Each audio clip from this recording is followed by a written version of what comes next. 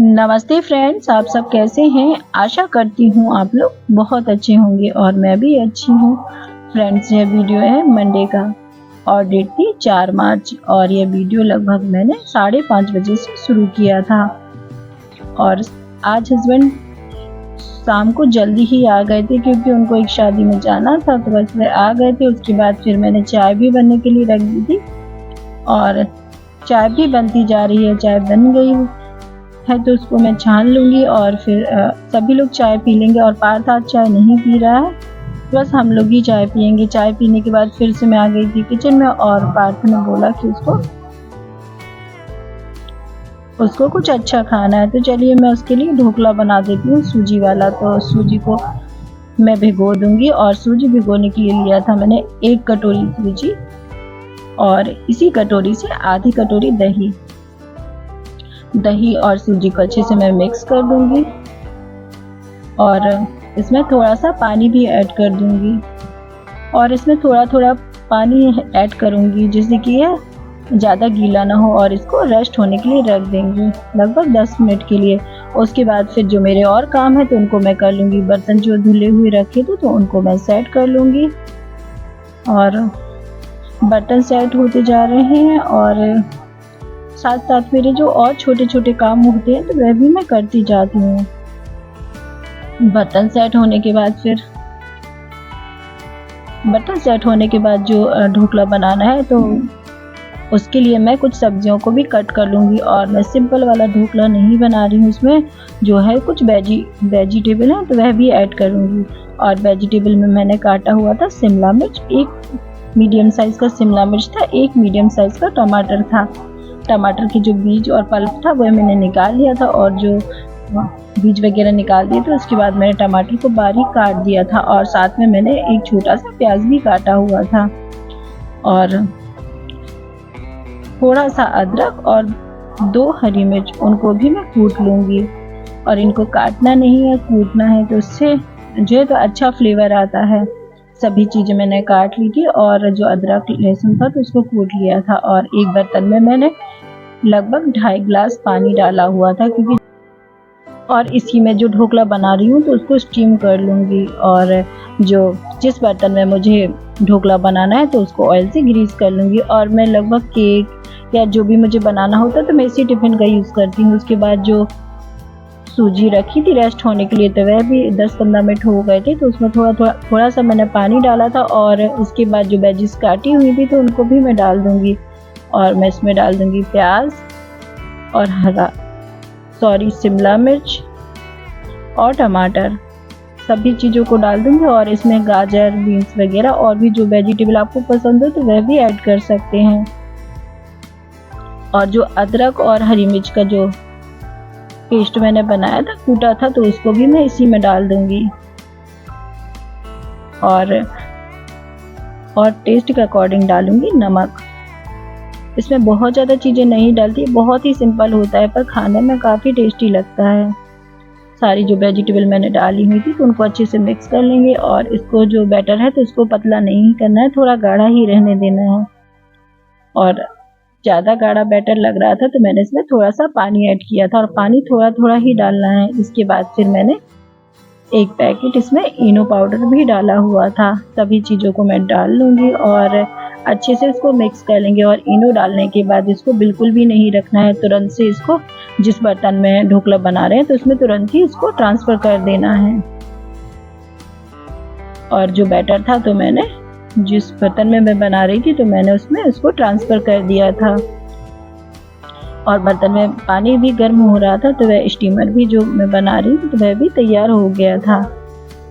और इसको थोड़ा सा टैप कर देंगे, जिस तरीके से केक में करते हैं ना, तो बस इसी प्रकार से थोड़ा सा टैप कर देंगे। फिर मैंने इसमें लाल मिर्च पाउडर डाला था थोड़ा सा ऊपर से और हरा धनिया। और हरा धनिया पहले जब सब्जियां डाली थी तब भी ऐड कर सकते हैं।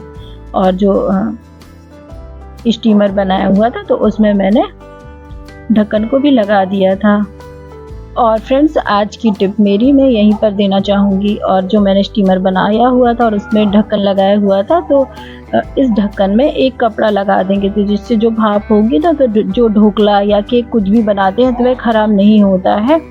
और अच्छा बनता है और ढक्कन को बार-बार पोंछना भी नहीं पड़ता है, नहीं तो 2 से 3 बार इसको बीच-बीच में निकाल कर पोंछना पड़ता है। तो बस आज की टिप यही है कि आप ढोकला, केक और या जो भी चीज़ स्टीम करें तो बस इसमें इसी तरीके से एक कपड़ा लगा दें, और यही मेरी आज की टिप थी। और इससे जो चीज़ें हैं तो वह ख़राब नहीं बनती, और जो भाप भाप बनती है ना तो उससे चीज़ें गीली हो जाती है तो वह भी नहीं होंगी।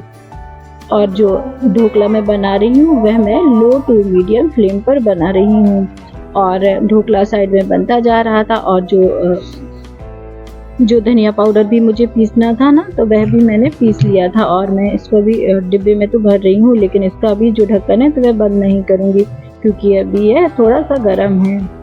और फिर जो धनिया पाउडर था तो वह मैंने साइड में रख दिया था, और जो ढोकला बन रहा था तो वह भी मैंने चेक कर लिया था और वह भी बन गया था। और जो मैंने इसमें नाइफ से चेक किया था तो वह एकदम क्लीन निकल रही थी। तो बस यही इसका इंडिकेशन होता है पकने का। तो बस ढोकला पक चुका था और उसको मैं ठंडा होने के लिए रख दूंगी, और जब वह ठंडा हो जाएगा तभी मैं उसको निकालूंगी, और उसके लिए फिर मैं तड़का भी बना लूँगी। और यह बहुत ही कम ऑयल में बनता है, तेल मैंने थोड़ा सा ही डाला था बिल्कुल। और इसमें मैंने 1 चम्मच राई और कड़ी पत्ता और 2 से 3 मिर्च को काट के डाला था। इसके बाद डाला था मैंने थोड़ा सा हींग, और हींग डालने के बाद मैंने इसमें डाला था 2 चम्मच सफ़ेद वाले तिल। इनको भी अच्छे से मैं भून लूँगी, और जो तड़का था तो वह भी बन गया था। तड़का भी हो गया था तैयार, और जो ढोकला था तो वह भी जब तक ठंडा हो गया था तो इसको मैं पलट कर एक प्लेट में निकाल लूँगी। और जो ढोकला था तो वह बहुत अच्छा बना था, और जो इसका टेस्ट होता है ना तो ये बहुत अच्छा लगता है। जो अप्पे होते हैं ना तो उससे एकदम अलग लगता है, क्योंकि इसको जो बनाने की प्रोसेस है लगभग अप्पे जैसी ही है, लेकिन इसका जो टेस्ट होता है तो काफ़ी अलग है। और जो ढोकला बन गया था तो इसको मैं कट कर लूँगी, और इसके ऊपर मैंने हरा धनिया भी डाल दिया है, और साथ में इसके ऊपर जो नारियल होता है ना तो उसको भी ग्रेट करके डालना है, उससे बहुत अच्छा टेस्ट आता है। मैंने इसमें डाला था पर इसकी जो क्लिप थी तो वह नहीं मिली थी, और जो ढोकला था वह बहुत अच्छा बना था।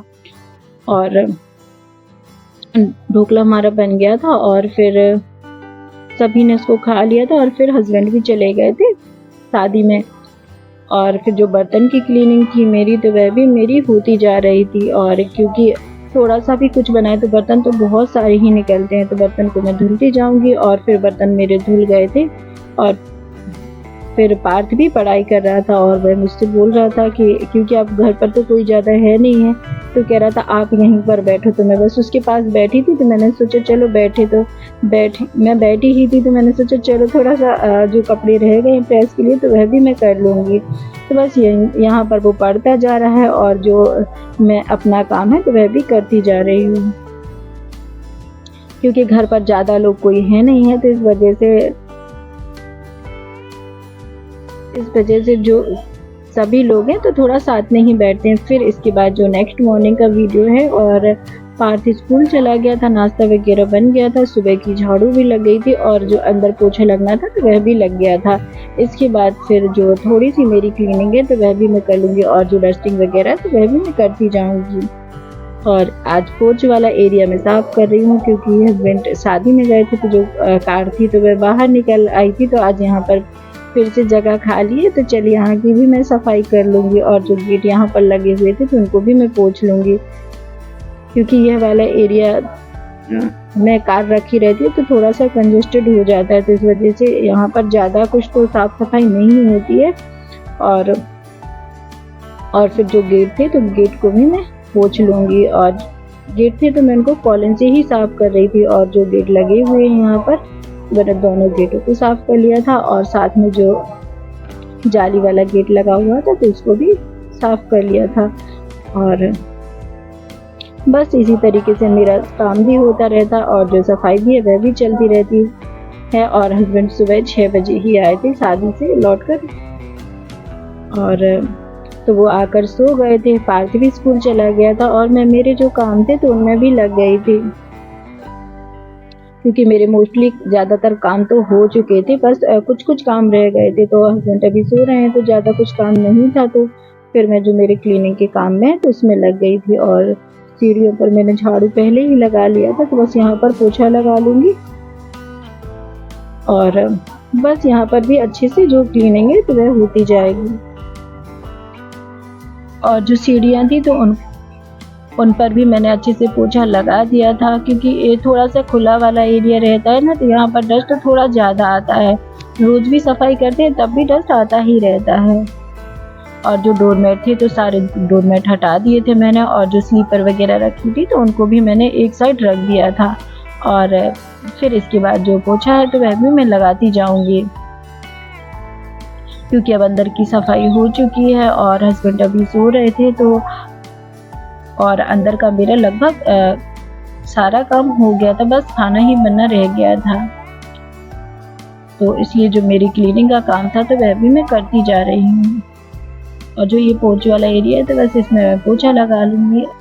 और ये कभी कभी ही खाली रहता है, तो जब भी मुझे खाली मिलता है तो मैं जल्दी से इसकी क्लीनिंग कर लेती हूँ, जाला वगैरह छुटा लेती हूँ। उसके बाद फिर मैं नहाने चली गई थी, और जो मैंने दाल बनने के लिए रखी हुई थी और वह भी पक गई थी। और मैं बना रही हूँ आज मिक्स दाल, क्योंकि हस्बैंड को दाल बहुत ज़्यादा पसंद है, तो दाल तो लगभग बनती ही रहती है। और पार्थ भी बीच बीच में खा लेता है, क्योंकि अगर उसके लिए रोज़ रोज़ कुछ नया सब्जी वगैरह बनाएंगी तो फिर उसको हैबिट में आ जाता है और फिर वह दाल नहीं खाने लगता है। तो इस वजह से मैं कोशिश करती हूँ कि जो बन रहा है तो वह वही खाए। दाल पक गई थी, और जो मुझे दाल फ्राई करना था उसके लिए भी मैंने सब तैयारी कर ली थी, और हरा धनिया कट गया था। दाल भी फ्राई होती जा रही है। फिर इसके बाद जो दाल बन रही है तो उसको मैं फ्राई कर लूँगी, और इसके बाद फिर चावल भी बनने के लिए रख दूँगी। और इसी बीच मैंने हस्बैंड के लिए पानी भी गर्म किया था और चाय भी बनाई थी। तो बस बीच बीच में छोटे छोटे जो काम होते रहते तो उसमें भी थोड़ा थोड़ा टाइम निकलता रहता है और समय का कुछ पता नहीं चल पाता। दाल बन गई थी और दाल को मैंने छोटे बर्तन में भी ट्रांसफ़र कर दिया था। इसके बाद फिर जो चावल बनने रखने हैं तो वह भी मैंने रख दिए थे। आटा मैंने छान लिया था, और आटा छानने के साथ साथ जो सैलेड मुझे काटनी है तो वह भी मैं काट लूँगी, क्योंकि हस्बैंड नहा कर भी आ गए थे और तैयार भी हो गए थे, क्योंकि उनको ऑफिस जाना था। तो फिर सैलेड कट गई थी, और सैलेड कटने के साथ साथ मैं थाली भी अभी लगा दूँगी, और जब रोटियां बनती जाएंगी तो मैं उनको देती जाऊँगी। तो इस तरीके से मेरे जो बीच बीच के काम है छोटे छोटे तो मैं मैनेज करती रहती हूँ, क्योंकि अगर बैठे रहेंगे कि एक काम खत्म हो फिर दूसरा करेंगे तो वह काम तो खत्म हो ही नहीं पाएगा। और जो सैलेड मैंने काट दी थी और जो अचार वगैरह रखना है तो सभी कुछ मैं रख दूँगी, और थाली को रख दूँगी साइड में। और फिर जो आटा तैयार करना है तो वह भी मैं कर लूँगी, क्योंकि आटा तैयार करने में तो खास टाइम लगता नहीं है। और आटा भी जो था तो तैयार हो गया था, और इसके बाद जो रोटियां हैं तो वह मैं बनाने लगी थी, और कुकर में अभी चावल भी बन रहा था। और जब कुकर में खाना बनाते हैं तो जल्दी भी बन जाता है, कम टाइम में बनता है, और गैस की भी बचत होती है। तो इस वजह से मैं अक्सर कुकर में ही खाना बनाती हूँ, क्योंकि खुले बर्तन में टाइम भी ज़्यादा लगता है और जो गैस होती है तो वह भी काफ़ी लगती है। तो इस तरीके से हम हमारी जो गैस है वह भी बचत कर सकते हैं। रोटियां भी बनती जा रही हैं, और रोटियां बनती जाएंगी, और मैं इसके बाद फिर हस्बैंड को खाना भी दे दूंगी, क्योंकि वह तैयार भी हो गए हैं और बस वेट कर रहे हैं कि खाना में लगा दें। तो इस खाना में लगा दूंगी और फिर उनको दे भी दूंगी। और पार्थ का आज एग्ज़ाम था तो वह सुबह ही एग्ज़ाम के लिए चला गया था, तो वह अभी घर पर नहीं है और वह भी आ जाएगा। रोटियां बन गई थी, और फिर जो हस्बैंड को खाना देना था तो वह मैं दे दूँगी। और जो चावल बनने के लिए रखा था तो वह भी पक गया था, तो उसको भी मैं प्लेट में निकाल कर ठंडा होने के लिए रख दूँगी।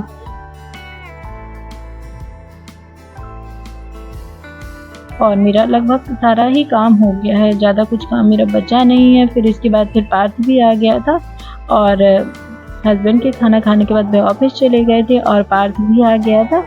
फिर मैंने और पार्थ हम दोनों ने खाना खा लिया था। फिर जो बर्तन इकट्ठे हो गए हैं तो उनकी जो क्लीनिंग रह गई थी तो उसको भी मैं करती जाऊंगी, क्योंकि खाना बनाओ या नाश्ता बनाओ, कुछ भी बनाओ तो बर्तन तो बहुत सारे निकलते ही हैं।